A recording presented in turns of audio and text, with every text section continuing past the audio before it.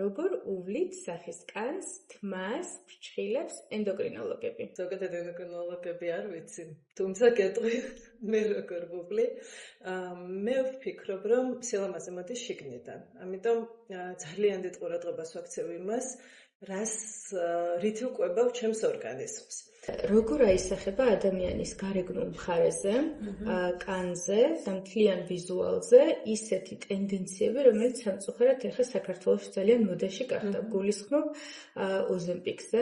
ეგრეთ წოდებული ოზემპიკის სახე, რაც არის ახლა ძალიან პოპულარული, ყველა პაციენტში, ჩემს პაციენტებში არ არის, რა თქმა უნდა. მე აბსოლუტურად ვეთანხმები იმ მიდგომას, რომ პარალელურად მოხდეს ესთეტიკური კუთხით საჭირო ჩარებების განხორციელება, იმიტომ რომ რაც უფრო შორს წავალთ, მით უფრო ძვირით დაჯდება და მით უფრო რთული იქნება და ამიტომ მნიშვნელოვანი არის ყველანაირი კუთხით, რომ პარალელურად მოხდეს, ასე ვთქვათ, ჩართვა შესაბამისი სპეციალისტის